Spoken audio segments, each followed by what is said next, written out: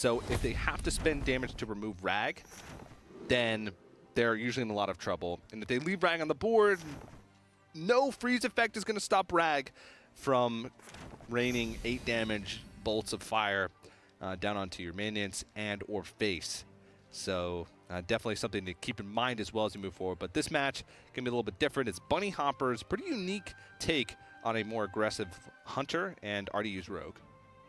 Yep, and he's playing some interesting cards. As we know, Bunnyhoppor does have the more aggressive Hunter variant with things like Cat Trick to really mess up people's big swingy turns. It's not only, of course, effective against classes like Rogue, which RDU's playing, but also against the Druid, which tends to innervate a lot, play those early game wild growths.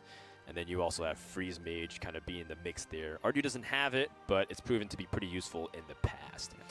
Now, the thing about the Rogue and why it's been becoming more popular is because aggressive strategies such as the Shaman have actually been falling out of favor. So Rogue tends to get much better the slower the meta gets. That's why I felt like Face Hunter was such an interesting pick here, despite the fact that most people don't really miss that deck. No, not at all. And his Face Hunter's weird. His Face Hunter kind of looks like a secret Face Hunter? Yeah, it's like a secret Face Hunter. It kind of looks like if I had built a Hunter Arena deck, if I wanted to like get my wins out of the way really quickly. Yeah. It tops out at Leroy Jenkins, and before Leroy, it's Unleash the Hounds is the highest on the curve. So it's like a 1 to 3 mana card deck, but then you have Leroy kind of thrown in there as your finisher. Yeah. It's very interesting indeed, and I'm really curious to if Bunnyhoppor makes it to the next round. Ultimately, both kind of love to get to pick his brain on how he chose his decks and interview him. RDU, of course, on the coin, has things like SI7 Agent, very powerful ways to swing tempo. I think he's also aware of Bunnyhoppor's deck list, which run pretty much everything that's annoying. He's got Cat Tricks, Freezing Traps, Snake Trap, Explosive Trap. So basically anything you do, you're going to run into some kind of trap. Yeah. Yeah. And since there's so many traps, even though you know the deck lists, you have no idea what that trap could be. Absolutely. Unless many traps were played before it. Yeah. How many times can we say trap in a single cast? I don't know, but it's going to happen a lot this game, considering that Bunnyhoppor plays the Cat Trick, understanding that RDU would love to coin out the Tomb Pillager normally on this turn. He doesn't have the Tomb Pillager, but it's still already problematic. RDU has to think, okay, what is he likely to do? Is this a Snake Trap because he doesn't want me to attack the 1/1 and backstab it perhaps, or do I want to play a minion to try to bait out Freezing Trap? A lot of mind games go into this one. Well, Questing Adventure is going to come down the board, which rules out absolutely nothing as far as the traps go. No snipe. Okay, Bunnyhoppor can play the Freezing Trap. Now, the problem with Bunnyhoppor's hand is that he does tend to be a little bit more aggressive with things like Leroy Jenkins and Argent Horse Riders in the deck, but he's also lacking the early game drops. He doesn't have Secret Keeper, doesn't have his Argent Squire, Fiery Bats, all those 1-drops that really help him get that damage in. Which this has always been one of the banes of Secret Hunter to any degree, whether it's slower or faster, is that it does tend to draw awkwardly a lot of the times. Yeah, but the thing is, a lot of times, even if you draw awkwardly, it makes things even more awkward for your opponent at times. Because even if you draw like all secrets early, as long as you whittle in your hero power, by the time your opponent can sort of safely play around all those secrets, you already have them sort of whittled down to a point where you can normally win the game. It's much more of like a grindy deck that can get off to explosive starts. It's the same with sort of the Secret Hunter that many of you have probably seen on Ladder that runs like Azure Drakes, a list that the core of it sort of originated from a few players, but I think VLPS might have been the first to experiment with it. That deck, you spend so much time in the early game sort of trying to make the traps do less, but then they just hit you with like Curator Call of the Wild, Rag, and sometimes high main. And so by the time you get to that point, a lot of times like it's already too late. You don't have a chance to come back in the match. So that's where its power lies. I feel it's a little bit different than other Hunter decks. Yeah, it's actually not as aggressive when you think about it. It's actually very combo-y in terms of the way it kind of pieces everything together and damage it over time, get you within a certain range, and then push for damage, which is why some people experimented with lock and load originally with this deck list. They started putting lock and load, Cloaked Huntress, and then start going the secret roulette, almost as if you're playing the old Mysterious Challenger decks, where you're trying to play 5 secrets and then reload on the random stuff. Sometimes you get like Stable Master and Forlorn Stalker and Tundra Rhinos. They always awkward, forgotten cards of Hunter, so to speak. Bunnyhoppor here, again, introduced with an interesting predicament where he quickshot the previous questing adventure because he didn't trust the freezing trap, and he felt like he can get better freezing trap value on things like Tomb Pillager.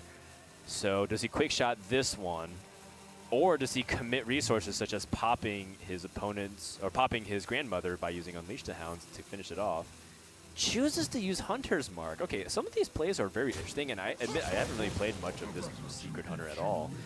So I'm a little bit perplexed about some of these plays, TJ. I think what he's trying to do is play to his curve as best as possible, and also sort of empty his hand of cards that aren't going to have much use, because eventually he's going to be in a situation where he's going to want to use that quick shot to cycle, to deal damage and cycle.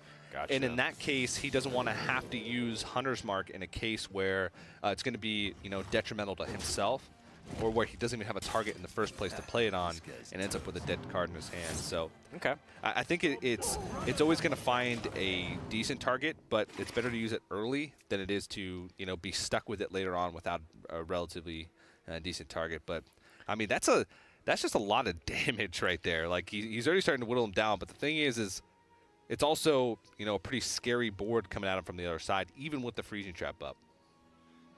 Yeah, I think you hit the nail on the head. That Bunnyhoppor has aggressive hand, and he can't necessarily guarantee that Hunter's Mark will convert to bigger damage, but he can wait for Unleash the Hounds for more minions on the board so he can get more damage in.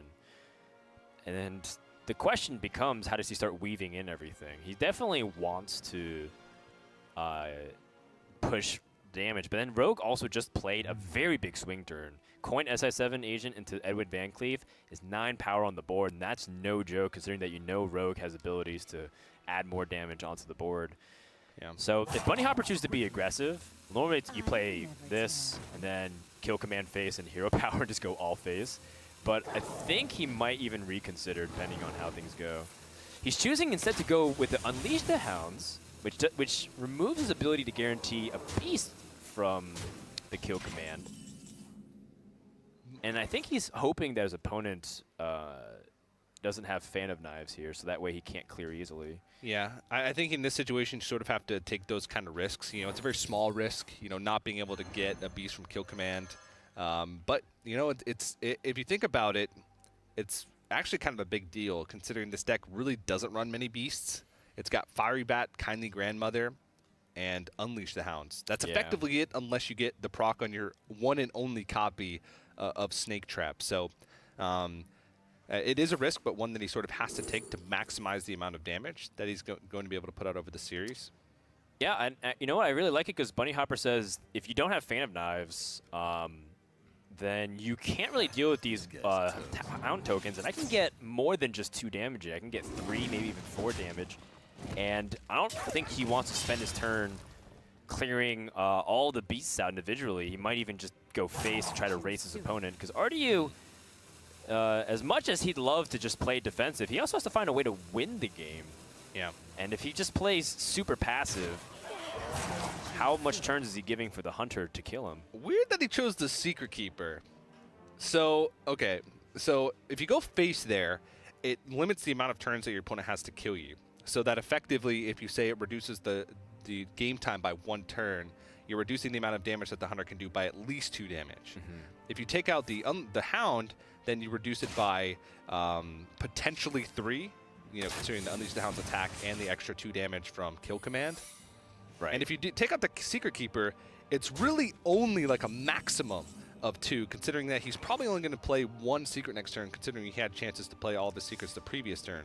So I would think that the Secret Keeper would be the least of his worries in that situation, given the fact that he only has like 1 or 2 more turns in this game to even live. So that's a really interesting attack, and one that I'm not sure the exact math of, but right off the bat I feel like that's can't be the best percentage play. But I kind of like the way Bunnyhoppor has played this game. He's really squeezed out every bit of damage he can. As a result, he has a guaranteed kill next turn with quick shot no matter what happens. And it could have been easy, like he could have been easily off the mark if he wasn't able to squeeze out this Unleash the Hound's damage to 4 the way he did. He'd be 1 or 2 points off. Right now, RDU is forced to play this Tomb Pillager, try to maximize his damage. So that way he has... Oh, is he just going to eviscerate the face? Okay, this is also a way for him to potentially set up for the lethals, but...